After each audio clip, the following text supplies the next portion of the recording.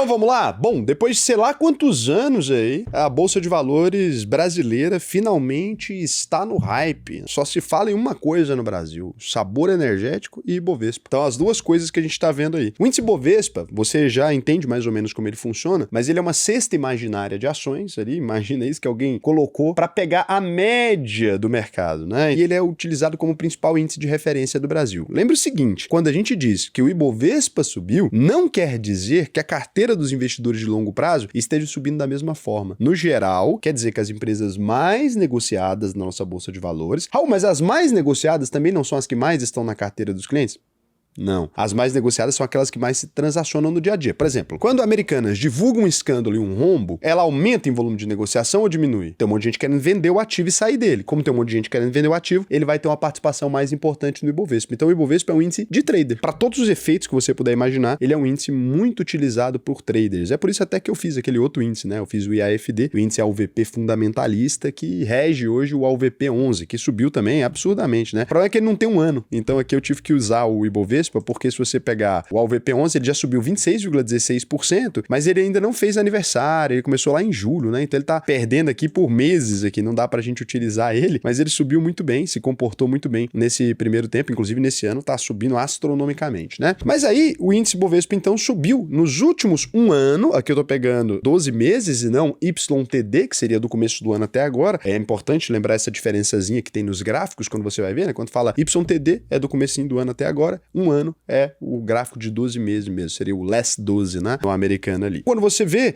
43,14% de alta, é uma alta astronômica, né? E quando a gente compara também com o nosso índice dolarizado, a coisa fica ainda mais absurda, né? Porque normalmente o pessoal sempre usa como crítica ao Ibovespa e fala assim: ah, mas do que adianta você ter uma alta desse tamanho se a nossa moeda sempre perde pro dólar e tal? Bom, dessa vez não, a alta é real mesmo, porque em dólar essa alta foi ainda maior, 48,50% nos últimos 12 meses. Para você ter uma ideia do quanto o mundo tá de cabeça para baixo, se a gente analisar o Bitcoin nesse período dos últimos um ano, é claro que só nessa janela também, né? Porque pro Ibovespa ganhar do Bitcoin, mas se você analisar, a gente tá falando que o Bitcoin tá com 25,28% de queda no mesmo período. E muita gente tem me perguntado aqui, será que isso é voo de galinha, né? O que tá acontecendo? Por que a Bolsa brasileira tem subido tanto? Existe uma série de fatores, vou tentar passar por eles aqui, mas antes de mais nada, quem é um sardinha raiz vai deixar o like na confiança. Se você não é um sardinha raiz aí, segura sua mãozinha, considere deixar o seu like, se inscrever aqui nesse canal, se o vídeo te agregar, te trouxer algum conhecimento que você ainda não tinha, ou seja, se eu realmente for útil a você. Se eu não fui útil, não precisa se inscrever, não precisa deixar o like, porque se você se inscreve um monte de canal, né, e depois se arrepende, não vê os vídeos, aí fica aquela coisa recebendo aquele tanto de disparo. Então é legal a gente concentrar a nossa inscrição, o nosso like naquilo que ajuda a gente, ou que entretém, né, de alguma maneira. Vamos lá. A primeira coisa que a gente precisa falar é que apesar do Brasil estar subindo desse tanto, o Brasil passou anos sendo evitado. As nossas crises sucessivas, o fato da gente ter prendido todos os nossos ex-presidentes da República, as informações que chegaram lá fora toda hora de que o Brasil tá com descontrole nisso e naquilo, dos nossos déficits, de tudo isso fez o Brasil não se desenvolver muito bem, né? A gente pode dizer que desde 2011, 12, o Brasil ele tem sido considerado um pária internacional, né? A gente tem tido problemas na economia gravíssimos ali. Tudo aquilo que a gente teve de crescimento de 70 até 2012, ele foi pro água abaixo depois desse período, né? Então o Brasil se transformou nesse lugar que ninguém entende muito bem o que tá acontecendo. Existia uma expectativa sobre o Brasil, você precisa entender isso, né? A mesma expectativa que existia sobre a Índia e a China. Inclusive, a gente tem até o mesmo bloco econômico, o BRICS, né? Todos os países daquele bloco, eles eram considerados naquele período como países que certamente se tornariam a potência hegemônica do mundo, ou se tornariam países com economias extremamente sólidas. Tem gente que diz que a gente foi sabotado, tem gente que diz que uma coisa ou outra aconteceu, eu acho que foi a gente mesmo, mas quando a gente pega, então, o Brasil, ele tomou rumos diferentes, a nossa economia não se materializou com toda aquela promessa que existia. E quando você machuca o bolso dos investidores com uma promessa que não acontece, obviamente todo mundo te evita. E aí o valuation ficou extremamente comprimido. É como se você tivesse assim, olha, você tem a melhor cafeteria do mundo, o melhor restaurante do mundo, mas dentro de um transatlântico afundando lentamente aos poucos, né? Quem usou esse exemplo foi Berriel, né? Que trabalhou no Banco Central, eu fiz uma palestra com ele, eu utilizou esse exemplo. E aí não adianta, né? Por mais que o restaurante seja o melhor do mundo, se ele tá dentro de um transatlântico afundando, ninguém quer colocar dinheiro. E o Brasil foi esse transatlântico afundando por muito tempo. Então o PL aqui ficou extremamente baixo, o dividend yield das empresas altíssimo, empresas pagando muito dividendo sem querer crescer, gerando muito caixa, e enquanto isso os Estados Unidos negociando a múltiplos extremamente esticados. Então o Brasil virou um lugar onde as pessoas faziam carry trade, sabem que aqui a taxa de juros é alta, tomavam empréstimo em lugar que a taxa de juros era mais barata e ficavam colocando o dinheiro na mão do governo brasileiro porque sabiam que o governo tinha uma boa capacidade de pagamento, né? Então, quando você olha agora, o gestor gringo tentando fugir do que o mundo se tornou, uma grande bolha na opinião de vários gestores, ou seja, IA extremamente esticada, olha, eu estou investindo numa empresa que para que ela dê certo, uma tecnologia precisa existir, um data center precisa ser construído com a garantia de que eu vou continuar pagando por isso. As pessoas estão olhando e falando, pô, se qualquer elo dessa cadeia se romper, eu vou perder dinheiro. E aí, enquanto isso, eles olham para a Petrobras extraindo sei lá que tanto de petróleo, Raul, mas petróleo é tecnologia do passado que tá à venda agora. Olha para Vale extraindo minério e os bancos lucrando. Então você olha ali e fala, olha, será que realmente vale a pena deixar meu dinheiro dentro dos Estados Unidos com tanta confusão do que num país historicamente mais pacífico e que tem geração de caixa real? Quando você olha, por exemplo, olha o valuation da Tesla, compara com o valuation da Petrobras e a geração de caixa das duas. Aí o cara fica, nossa, cara, que coisa estranha, né? Eu tô pagando uma promessa enquanto a realidade tá pronta aqui. É tipo assim, olha, eu vou pagar uma promessa para ganhar 10 vezes mais no futuro, mas já estão me oferecendo esse 10x aqui agora. Não estão me oferecendo 10, mas estão me oferecendo 6, né? Por que eu não vou ficar com isso aqui? Então, começou desse jeito. Aí o segundo aspecto é esse, né? A IA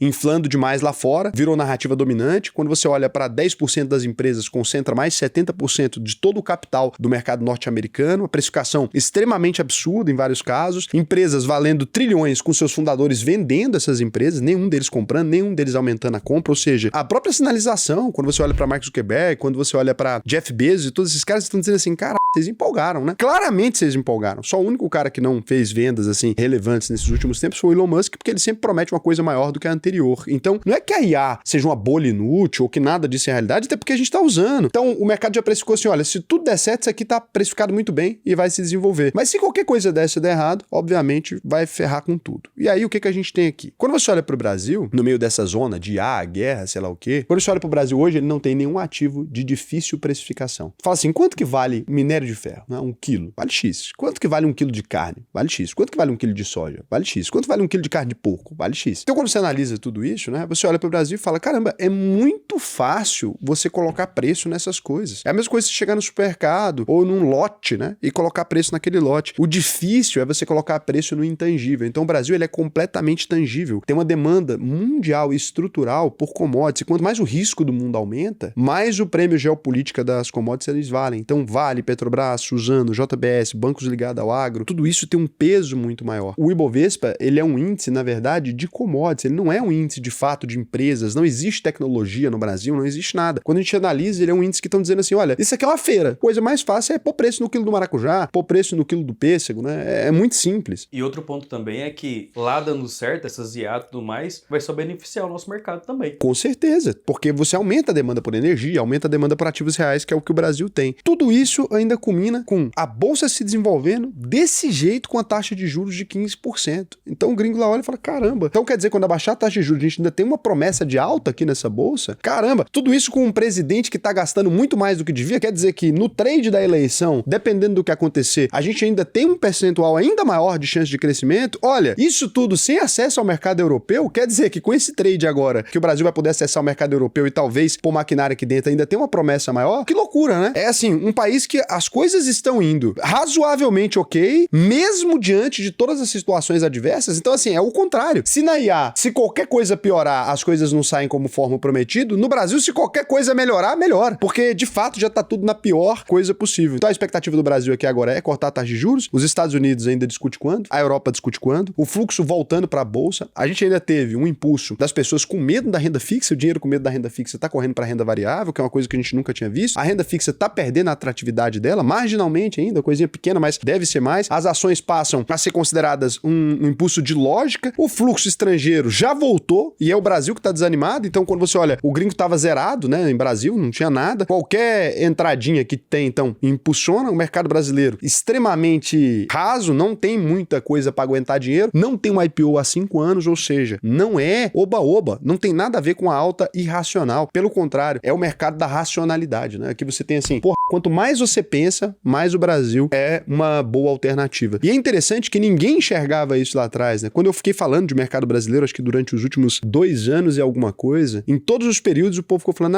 Ibovespa não sobe nunca, Ibovespa tá o quê? Ibovespa estagnado. E é assim que funciona. É assim que funciona o mercado a vida inteira, né? As pessoas só chegam atrasado pra festa. Ainda tá adiantado, ainda tem como você comprar muita coisa, mas assim, um resumo absoluto. Estados Unidos caro demais, especialmente pão de ar. Brasil extremamente barato, commodities são necessárias, juro caindo, fluxo estrangeiro voltando e a política continua uma merda, mas com grandes chances, né, nos últimos tempos de ficar menos pior aí, né? Então agora as pessoas estão acreditando muito nisso e isso tudo obviamente pesa. Então você tem todo um cenário que faz com que o Brasil seja muito interessante. E aí eu vi inclusive alguns amigos meus falando, tô querendo fazer investimento na minha empresa, mas não vou, ano de crise, situação, a gente não sabe como é que vai ficar o mercado. Cara, eu diria pra vocês que essa é uma das melhores janelas do Brasil, talvez para fazer bons investimentos, né? O mercado real ainda precificado um pouco mais embaixo, a bolsa costuma ser um bom sensor para isso. Quando a bolsa começa a subir, o otimismo do Brasil no geral melhora, porque o otimismo da Faria Lima melhorou, daqui a pouco você tem o otimismo passando para as outras camadas, né? Então toma cuidado para você não tirar o pé do acelerador na hora errada e acabar se ferrando lá na frente. Raul, mas pode ser que as coisas piorem, a gente não sabe o cenário eleitoral e etc. O cenário eleitoral mais adverso possível, o Lula com a popularidade em alta, a gente tá vendo o mercado desse jeito, né? Então fica atento aí. Raul, o cenário é adverso, você tá falando isso porque você não gosta da esquerda, sabe o que é? Eu de fato não gosto da esquerda, mas não é por isso não. Tô falando do ponto de vista objetivo e racional, tá? Nenhum mercado gosta de governo de esquerda, nenhum dos mercados do mundo e no Brasil muito menos, tá? O mercado brasileiro, ele é pouco associado a isso. Então se a bolsa tá subindo, apesar disso, é porque o ambiente tá realmente muito interessante. E se você quiser aprender a aproveitar essas oportunidades, né? Vários dos meus alunos já aproveitaram aí. O que eu vou te recomendar é que você abra aí alvp.com.br, clica no botão aqui, faça sua análise de perfil, preenche o questionário, né? Que você vai conseguir aprender a investir comigo no Brasil e no mundo inteiro. E se você quiser saber se eu realmente entendo do que eu tô falando, eu te recomendo assistir os vídeos do final do ano passado, do final do ano passado anterior a esse ainda, de 2024, de 2023, você vai perceber que eu sempre disse que a gente estava indo para um ambiente onde as commodities brasileiras seriam valorizadas, né? E eu disse isso em todos os vídeos de crise geopolítica, eu disse isso em todos os cenários anteriores e fui chamado de louco, de doido, inclusive por várias pessoas que têm muito mais prestígio que eu no mercado. Não tô falando de youtuber, não, tô falando de gente séria mesmo. E poucas pessoas disseram isso. Pra não dizer que ninguém, no Macroday, acho que 2 gestores grandes também disseram. Eu vou até fazer um vídeo aqui, colocando a opinião deles aqui depois, porque foram pessoas que de fato estavam otimistas também com esse cenário, e eu acho que é importante a gente dar a César o que é de César também, né? Poucas pessoas de fato sabiam que esse cenário aconteceria na Bolsa Brasileira, e por isso muita gente tá calada quanto à alta, né? Não fala nada, absolutamente nada, finge que não aconteceu, porque saíram mandando os clientes dolarizar a qualquer custo, mandar dinheiro pra fora de qualquer jeito, ficaram recebendo dinheiro de corretoras internacionais pra falar que o Brasil tinha acabado, pra falar pra dar saída fiscal, teve gente que saiu de fato. Cara, tá aí o resultado disso, né? Toda vez que começa um oba-oba no mercado, independente do que seja, começou uma coisa que todo mundo diz a mesma coisa, pode saber que eventualmente tá errado. Não existe nenhuma previsão de que pessoas do mercado acertam, tá? É sempre a mesma coisa. Pessoas, quando todo mundo tá dizendo a mesma coisa, a gente tem que pensar com um pouquinho mais de lógica pra gente chegar em números melhores. Então preenche o questionário que você vai aprender a investir comigo mesmo, no Brasil e no mundo inteiro. E lembrando, né? O compromisso que ninguém aqui na internet crava, que é o seguinte: entrou na UVP, não aprendeu a investir, eu devolvo 100% do seu dinheiro. Tô com esse mesmo compromisso há mais de 6 anos aqui. A gente nunca viu ninguém falar assim, nossa, o Raul não cumpre com esse acordo, tal. É depois de concluir o curso, não é garantia de 7 dias, não. Então vai lá, que vai valer muito a pena. Agora deixa eu verificar se vocês fizeram alguma pergunta aqui, alguma pergunta interessante. Lembrando que você precisa colocar interrogação no final, porque eu acho que é assim que o YouTube detecta o contém perguntas, né? Muitas vezes vocês fazem um comentário, se quiser que eu leia o comentário, só coloca uma pergunta no final, interrogação aleatória. Então aqui, por exemplo, esse cara não colocou uma pergunta, mas ele foi interrogação no final, que foi genial, né? O Silvio Marinho. Fala, Raul, qual a diferença entre os ETFs Área 11 e Alpo 11? Olha, eles não têm nada a ver uma coisa com a outra, mas eu vou explicar o porquê aqui. Quando você vai falar do Área 11, ele é o primeiro ETF de renda fixa brasileiro que distribui dividendos mensais. Então é o primeiro da história. Ele simplesmente pega todo o dinheiro, investe em títulos associados à NTNB principal com juros semestrais, ou seja, que paga um cupom de juros todo semestre. E aí o que rola nisso? É o Tesouro IPCA que paga juros. Mas o que você precisa entender? Quando você faz isso por conta própria, você vai pagar nos primeiros cupons de juros um imposto de 22,5%. Então, todo cupom de juros que for pago, você vai pagar esse imposto. Eu tenho muito cliente aposentado que não queria pagar esse imposto. Quando eu crio o ETF, eu coloco lá dentro, no ETF você não paga esse tributo. Você vai pagar 15% somente de tributo e vai receber o cupom. Para além disso, você só recebia o cupom de juros semestralmente. Então, a pessoa tinha que se organizar ali para poder fazer os gastos mensais dela. Eu fui lá e organizei e hoje em dia você recebe o cupom de juros todos os meses. Então, a Área 11 é isso. Cupom de juros todos os meses.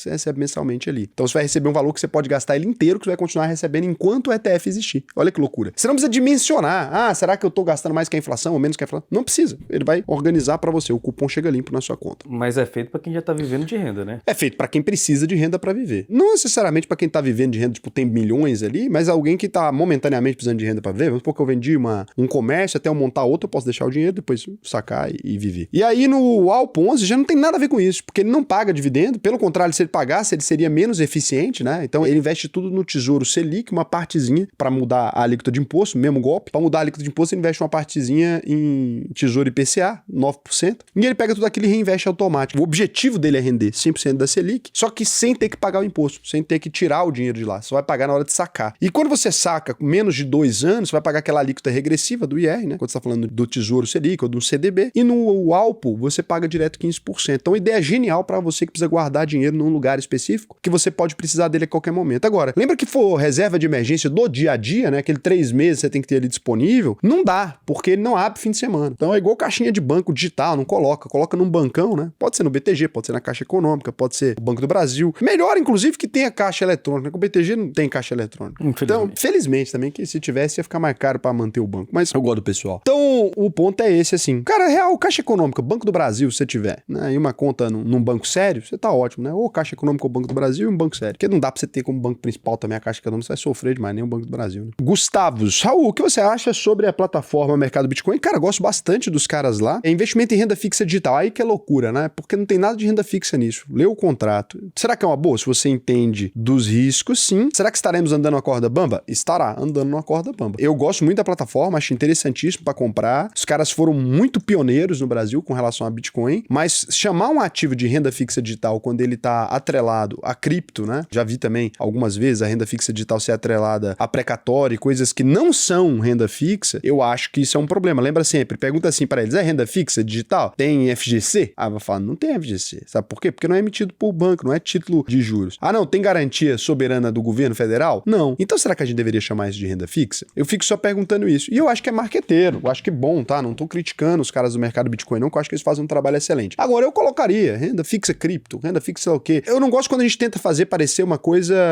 que não é, porque isso coloca o investidor em determinado risco. E todo respeito, de verdade, aos camaradas do mercado Bitcoin, acho que eles conseguem arrumar isso, não acho que é um problema que faça a empresa ser desonesta, nem nada disso, acho que se aproveitaram de uma onda de marketing bacana, mas eu acho que vocês conseguem esclarecer quanto aos riscos, já que oferece uma rentabilidade muito maior. Vai ter gente que vai querer, e digo mais, vai eliminar o problema que vocês podem ter depois com um cliente que comprou errado e vai processar vocês, vai escrever uma avaliação negativa no Reclame Aqui. Então, gosto muito dos camaradas do mercado Bitcoin, acho que são muito inteligentes, muito capazes e gostaria muito de ver eles resolverem esse problema aí. Um beijo pra vocês.